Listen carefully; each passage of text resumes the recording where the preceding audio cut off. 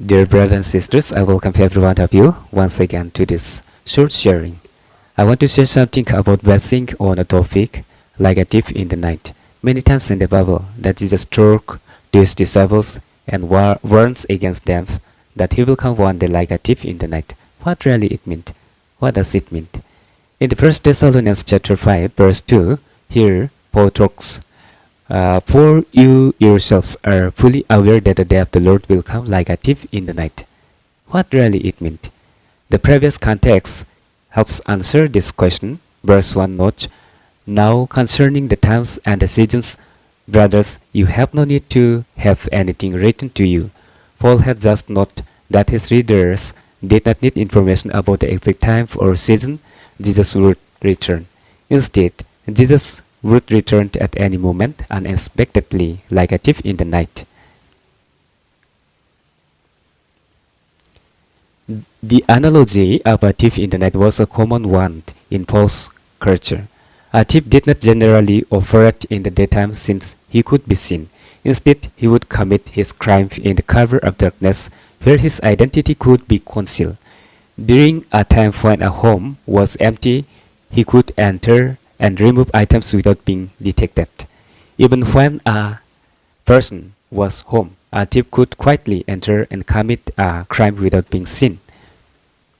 In contrast, Paul commanded his reader, so then let us not sleep as others do, but let us keep awake and be sober.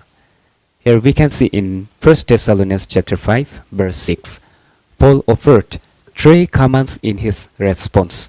First, we are not to sleep. This means we must be prepared for Christ's coming, both in believing in him, as the Thessalonian believers already had, and by living a godly life.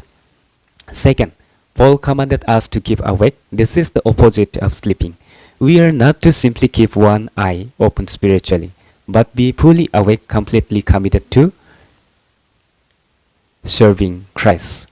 Third, we are to be sober. In other words, we are to make efforts to stay healthy and fully alert in our walk with God. We are not to serve God with apathy or half-hearted approach, but rather serve Him passionately. Finally, Paul concludes his teaching in this section by saying, therefore encourage one another and build one another up, just as you are doing. Here we can see in 1 Thessalonians chapter 5 verse 11. These believers were already encouraging and helping one another. Paul instructed them to continue these practices. Their example is fitting for our lives as well.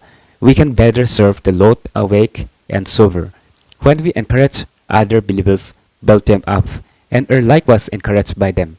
The Christian life is not intended as a solo effort, but is rather a team sport. Jesus will return at any moment like a thief in the night.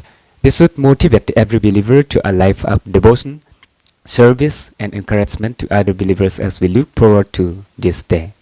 May God bless every one of you by listening to this short sharing. May God continue to bless every one of you. Thank you.